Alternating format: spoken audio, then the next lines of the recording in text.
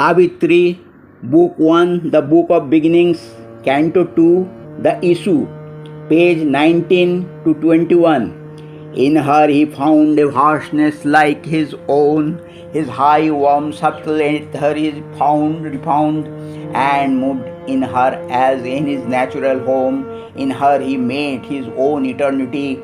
Till then no mournful line had barred this ray on the frail breast of this precarious earth, since her orbed side in its breath fashioned the house, opening in sympathy with happier stars, where life is not exposed to sorrowful change, remembered beauty death claimed elites ignore, and wondered at this world of fragile forms carried on canvas strips of shimmering time. The impunity of unborn mites was hers, although she leaned to bear the human load. Her work kept still the measure of the gods. Earth's breath had failed to stain that brilliant glass, unsmeared with the dust of our mortal atmosphere. It still reflected heaven's spiritual joy. Almost they saw into lived within her light.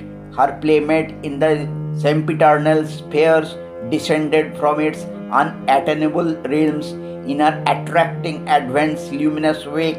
The white fire dragon bird of endless bliss, drifting with burning wings above our days, heaven's tranquil shield guarded the missing child. A glowing orbit was her early term, years like gold raiment of the gods that pass. Her youth sat throned in calm felicity, but joy cannot endure until the end.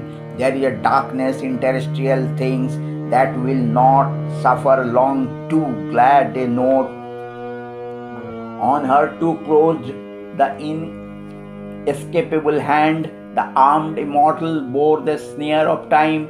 One dealt with her who meets the burden great, assigner of the ordeal and the path, who chooses in this holocaust of the soul death, fall, and sorrow as the spirit's goats.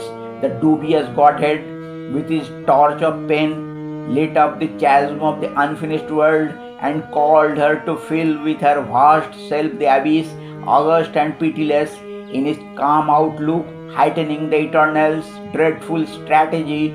He measured the difficulty with the might and dug more deep the gulf that all must cross. Assailing her divinest elements, he made her heart kin to the striving human heart, and forced her strength to its appointed road. For this she had accepted mortal breath. To wrestle with the shadow she had come, and must confront the riddle of man's birth and life's brief struggle in dumb matter's night, whether to bear with ignorance and death, or hew the ways of immortality, to win or lose the godlike game of for man was her soul's issue, thrown with destiny's dice, but not to submit and suffer was thus she born. To lead, to let deliver was her glorious part.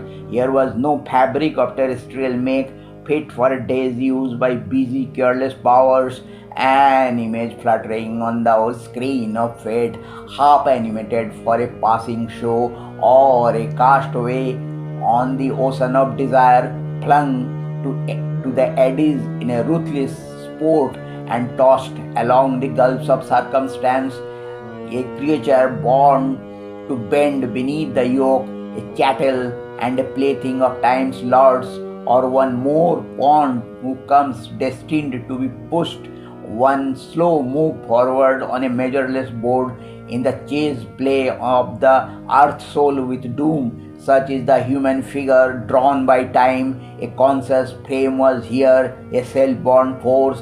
In this enigma of the dusk of God, this slow and strange uneasy compromise of limiting nature with a limitless soul, where all must move between an ordered chance and an uncaring blind necessity. Too high the fire spiritual dare not blaze. If once it made the intense the original flame, an answering touch might shatter all measures made. and earth sink down with the weight of the infinite. A gel is this immense material world. Across each road stands armed a stone-eyed law.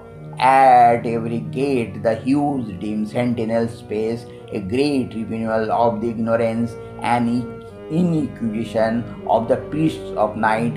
In judgment sit on the adventurer soul, and the duel tables and the karmic norm restrain the titan in us, and the god pain with its lash, joy with its silver bribed, guard the wheels circling immobility. A bond is put on the high climbing mind, a seal on the too large wide open heart. Death stage, the journeying discoverer, life. Om Namo Bhagavati Sri Arvindaya. Om Namo Bhagavati Sri Arvindaya. Om Namo Bhagavate Shri Aurobindo.